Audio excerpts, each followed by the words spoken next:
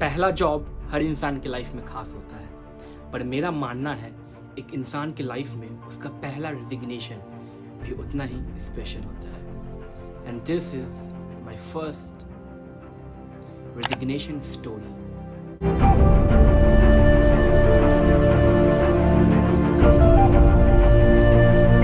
तो साल था 2019।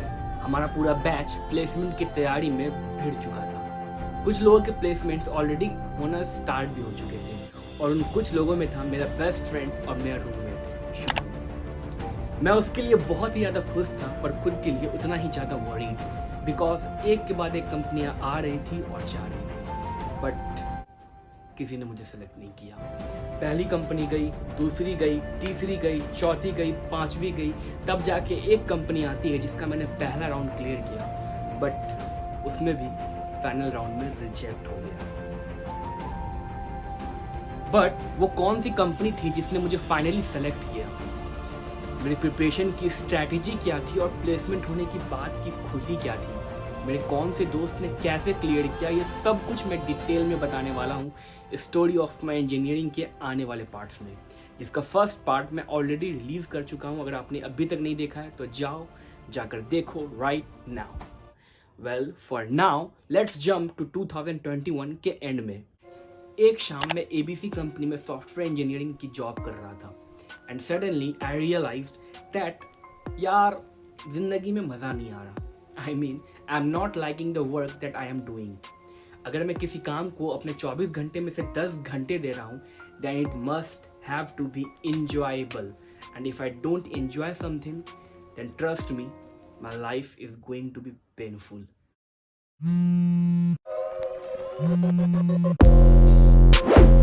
सुबह तुम्हारी आंख खुलती है और तुम सबसे पहले लैपटॉप उठाते हो, जहां तुम्हारा इंतजार कर रहे होते हैं ढेर सारे ईमेल्स और टू डू लिस्ट। 0 से 1 बनने का जो ये इनफाइनाइट सफर है, उसे पूरा करने में दिन का 10 AM रात का 10 PM कब बन जाता है पता भी नहीं चलता। तुम सारा दिन वीकेंड का इंतजार करते हो और अगले दिन के प्लानिंग में सो जाते हो। खैर, ये रूटीन तो इसी तरह चलता रहेगा, पर क्यों ना इस रूटीन को इंटरेस्टिंग बनाया जाए, और इसीलिए मैंने सर्च किया। This is how I created my placement to resignation story. क्योंकि मेरे लाइफ में अगर सबसे ज़्यादा कुछ इम्पोर्टेंट है तो वो है एंजॉय करना। मेरे टीममेट्स, मेरे सीनियर सब बहुत ही ज़्यादा अच्छे हैं, वो एक फ्रेंड की तरह है, but it just I was working on a technology which I never wanted to work. इतने में ही मेरे कॉलेज के सीनियर बोलूँ या फ्रेंड बोलूँ, उन्होंने मुझे कॉल किया और बोला, यार देवांशु, तुम ना लाइफ में टेंशन बहुत लेते हो, तुम्हारे पास स्किल्स है और मार्केट में स्किल्स की डिमांड है। इस देश में हज़ारों कंपनियां हैं और हज़ारों कंपनियों को लाखों इंजीनियर्स चाहिए। All you have to do is follow your instincts and have trust in yourself, and you have to work for that one thing which you really like working for, and somehow that worked, and I don't know how. Let me tell you how. मैंने electrical engineering से अपना BTech complete किया और as a software engineer एक company join किया। ऐसा क्यों किया, इस कहानी को मैं किसी और वीडियो में फिर कभी बताऊंगा, बट अभी के लिए यू शुड नो कि मैं पिछले 2 साल से एक ऐसे डोमेन में काम कर रहा था जिसका नाम है जावास्क्रिप्ट। अगर तुम इंजीनियरिंग डोमेन से हो तुम जरूर ही फैमिलियर होगे इससे। मैंने ये फर्स्ट कंपनी अपनी ज्वाइन करने के पहले भी मैं ऑलरेडी 2 स्टार्टअप के साथ काम कर चुका था, जहाँ मैंने उनके लिए वेब एप्लीकेशन और मोबाइल एप्लीकेशन बनाया था, जो कि नॉट दैट इम्पॉर्टेंट। सो मेरा वर्किंग डोमेन जावास्क्रिप्ट था। मैं जब ये कंपनी ज्वाइन किया तो मुझे एक अलग ही डोमेन दे दिया गया।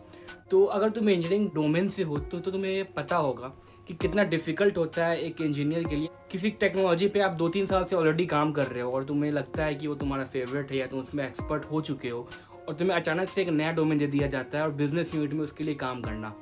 तो that is when I decided कि I should work for that, like should have the guts कि मैं अपने उस डोमेन के लिए फाइट करूं और उसी डोमेन में जाके कुछ नए जॉब्स ढूंढूं, अप्लाई करूं। खैर, मुझे पता है बहुत लोगों को यहाँ पे ऐसा लगा होगा टाइटल को देख के कि मैं जॉब छोड़ के maybe full time YouTube तो नहीं करने वाला। Well, if you think so then तुम्हें मेरे यूट्यूब का अबाउट सेक्शन जरूर चेक करना चाहिए। तो इसी के साथ मैंने ये डिसाइड तो कर लिया कि भाई अब कुछ भी हो जाए मुझे अपने पसंद के टेक्नोलॉजी में जॉब स्विच करनी है तो करनी है। बट अब मेरे सामने थे 3 चैलेंजेस। फर्स्ट, मेरी जो करंट जॉब है उसको मैं बिना एक नए जॉब ऑफर के छोड़ना या रिज़ाइन देने का रिस्क तो नहीं ले सकता।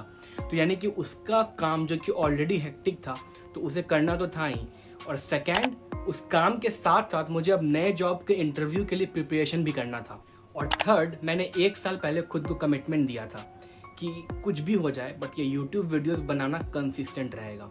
मैंने ये रूटीन 2-3 महीना फॉलो किया, जिसमें कि मैं अपने करंट जॉब प्लस नए इंटरव्यू के लिए प्रिपरेशन प्लस यूट्यूब वीडियोस को बनाना कंसिस्टेंट रखा, जो कि बहुत टफ था। आई विल नॉट से कि जब मैंने पहले ही इंटरव्यू दिया और एक ही बार में इंटरव्यू क्लियर हो गया और भाई जॉब मिल गई। No, that was not the case. एक के बाद एक मैंने बहुत सारे इंटरव्यूज़ दिए और एक के बाद एक रिजेक्शंस आने उतने ही स्टार्ट हो गए। मैं बहुत थक गया कि यार पता नहीं क्या होगा। मैंने रोहन भैया को कॉल किया और उन्हें बोला कि भैया हो नहीं पा रहा है, लग रहा है। तो उन्होंने मुझे फिर से एक बात कही कि Devanshu, remember one thing, rejection is a part of this process and interview is a number game, which means एक के बाद एक तुम देते जाओ। मतलब इंटरव्यू देने में तो कोई लॉस नहीं है, तुम 10 दो, 20 दो, 30 दो, 50 दो, बट एक ना एक वो टाइम आएगा ही जब तुम्हारा इंटरव्यू क्लियर हो जाएगा। तो मैंने फिर से अराउंड 1 महीना तक वो इंटरव्यू देते रहा एंड मेरा टारगेट था कि 30 दिसंबर तक मुझे एक ना एक जॉब ऑफर लेना है। बट 30 दिसंबर कब आकर चला भी गया और मेरे हाथ में एक भी ऑफर नहीं थे। फिर एक शाम में बहुत ही सैड होकर रोहन भैया को कॉल किया एंड बोला, रोहन भैया अब तो ये भी नहीं हो रहा है। मुझे लगा था इस बार रोहन भैया ने भी शायद बहुत हद तक होप खो दिया था।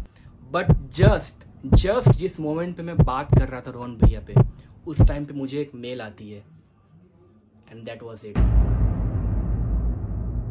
That was the offer letter from a very good MNC and I got my first job offer letter and I was really very very happy at that moment of time.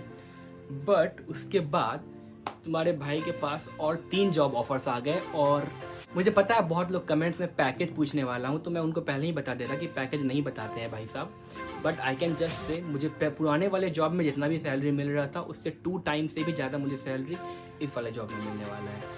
So that's it, I was happy and finally during the time of resignation I did this. तो finally अब वो moment आ चुका है और मुझे कसम से काफ़ी मतलब ऐसे हार्ट बीट फास्ट हो रहा है। मैंने अपने फ्रेंड से पूछ लिया, उसने बोला कि जस्ट क्या क्या लिखना है बता दो। पता नहीं मैं इस बात को कुछ ज़्यादा ही हाइप बना रहा हूँ, बट या मुझे नहीं पता। बट ये मेरा फर्स्ट रेजिग्नेशन और इसके लिए बहुत टाइम से वेट कर रहा था, शायद इसलिए भी मुझे थोड़ा सा नर्वसनेस हो रहा है और आने वाले टाइम के लिए बहुत ही ज़्यादा मतलब एक्साइटमेंट और डर भी लग रहा है, क्योंकि पता नहीं मतलब मैं ये डिसीजन सही ले रहा हूँ या फिर सही नहीं ले रहा हूँ, कैसे मैनेज करूँगा, हैंडल करूँगा, इसका हमसे मुझे डर भी लग रहा है। बट एक्साइटेड भी हूँ क्योंकि आई नो कि कहीं ना कहीं वो अच्छा ही होगा। बट स्टिल मैं बहुत ही ज़्यादा नर्वस था, मुझे समझ में नहीं आ रहा था, पता नहीं क्यों, जबकि this was a good decision. Like मुझे सैलरी ज़्यादा अच्छे मिल रहे थे, कंपनी अच्छी थी और प्रोजेक्ट भी मेरे पसंद का था, फिर भी पता नहीं क्यों मैं उस टाइम पे बहुत ही ज़्यादा नर्वस फील कर रहा था। कुछ डॉक्यूमेंट्स हैं, मुझे सच में बहुत डर लग रहा है, मैं सही कर रहा हूँ या क्या पता नहीं।